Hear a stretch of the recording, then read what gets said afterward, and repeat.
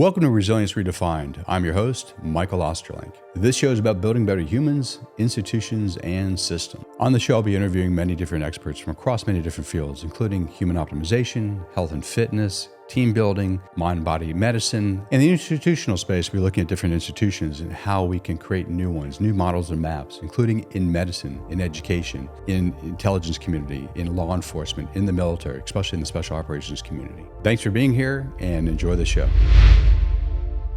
Welcome to Resilience Redefined. I'm Michael Ostrolenk, your host, and today we're going to be talking about discipline. Now, I love Jocko Willink, Discipline Equals Freedom. I would definitely encourage anyone watching or listening to this to check out his work. He does an amazing job explaining what he means by discipline, and that's guided a lot of my thinking in the more recent past. Also, if you happen to be a Jocko fan, I recommend his book on ownership, Extreme Ownership. Great book. So one way I think about discipline is you're a disciple of something bigger than yourself. You're a disciple of something bigger than yourself. It's not about you and your immediate gratification, your immediate needs. It's more like you're a disciple of something bigger than yourself that draws you into the future towards something that requires you to manage your own immediate needs, your own gratification, your own desires, your own tastes in such a way that you don't deny them, you don't repress them, but you put them on hold momentarily, doing something else that's consider getting out of your comfort zone to doing something else towards a bigger goal. Now, the bigger goal could have many different things. I'm just going to actually use this particular thing, your future self.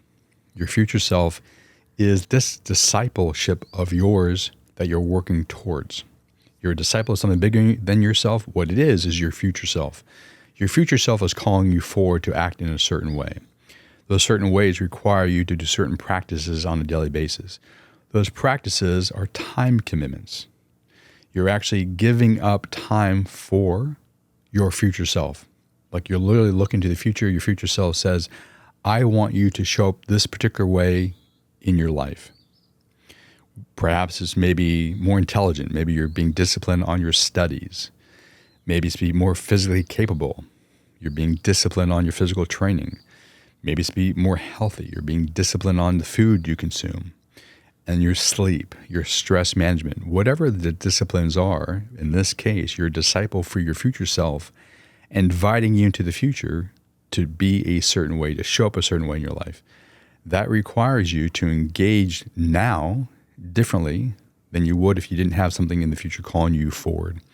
The way you engage now is to give up something. You're sacrificing something short-term for a longer-term gain. So let's just use physical training. You're going to the gym, you're 45 minutes to an hour or 2 hours every day or whatever your trip might be. Those are, just to say 2 hours, those are 2 hours you're not doing something else. It's 2 hours you're not sitting on the couch, you're not scrolling on Instagram, you're not on YouTube, you're not fucking around watching movies or TV shows, whatever it is. Like you literally have to give up, you have to sacrifice your immediate creature comforts, whatever you're drawn to that makes your life so much easier, to doing something that is a little more challenging, that makes you a little bit more uncomfortable. So it's a time commitment for a better self in the future. And as I said earlier, it's not about denying your immediate needs, your gratification, your comfort. Nothing wrong with being comfortable. Nothing wrong with having some of your immediate needs gratified, but we're not children, so we don't actually need to have our immediate needs gratified. We are hopefully mature adults, and we can learn over time to learn to manage them in such a way that, yes, sometimes, depending on who you are and where you are in your life, it can be good to have your needs immediately gratified. Cool. And actually, for some who are perhaps overly disciplined, overly rigid, that can actually be a good thing. But in this case, let's talk about someone who lacks some discipline or some degree of discipline. And they're like, no, I actually need more discipline, not less. I need to be a little bit more controlling, let me not less rigid, a little bit more rigid, not less rigid in the system. Like I need to be front-side focused, offensive mindset. I need to reach my goal. I need to fight for myself. Cool. That's what I'm referring to. With that in mind, you need to discover what you need to do now to reach the goal that your future self is calling you forward to. If it's fitness and health, what does that require you? What do you need to do on a daily basis? What do you need to eat? What do you not need to eat? Like, really need to be clear. You want to go from very abstract to very concrete. Okay, I want to be disciplined around my eating. What's that mean? Like, what kind of diet are you referring to? Both what you can eat within this framework you're creating for yourself, or maybe a nutritionist created for you, or what can't you eat? You need to be really clear on both, so there's no ambiguity. What nutritional supplements and peptides and medications that you might want to take over the counter, those kind of things, or not take. What about your liquid consumption? What do you drink throughout the day? What don't you drink throughout the day? So you're really clear on what you can consume and what you cannot consume in terms of the framework you're creating for yourself. Cool. That requires focus, clarity, and then the discipline to operationalize it. This is my diet. This is my fitness plan. This is my intellectual stimulating plan. I call that my personal PhD. It's like, this is the plan I have to learn more about a particular subject or subjects. Cool. I'm clear on what it is. I'm clear on what it's not. Very black and white. And you can have some grays in there too. But for the most part, I encourage at the very beginning of this process to be very black and white, very binary. So you're clear on what it is. You're clear on what it isn't. Over time, you can adjust and be flexible with it. But clarity at the very beginning is really important. You make a commitment. This is how I'm going to do this thing. You stick it in a calendar. You stick it on a plan so you see it daily. So you're really clear on, like, hey, if this is my fitness goals, this is my future self coming forward, to do this certain PST at these certain times, cool. This time, these numbers, whatever the baseline is, what your future self is calling you to be able to do in the future in terms of physical capability, awesome. I'm clear on my plan. I'm clear on my commitment to that plan. I'm going to stick into my calendar.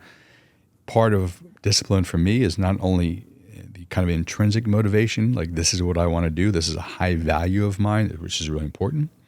To be a disciple of something bigger than yourself, in this case, your future self, it's important that it fits into your own value set.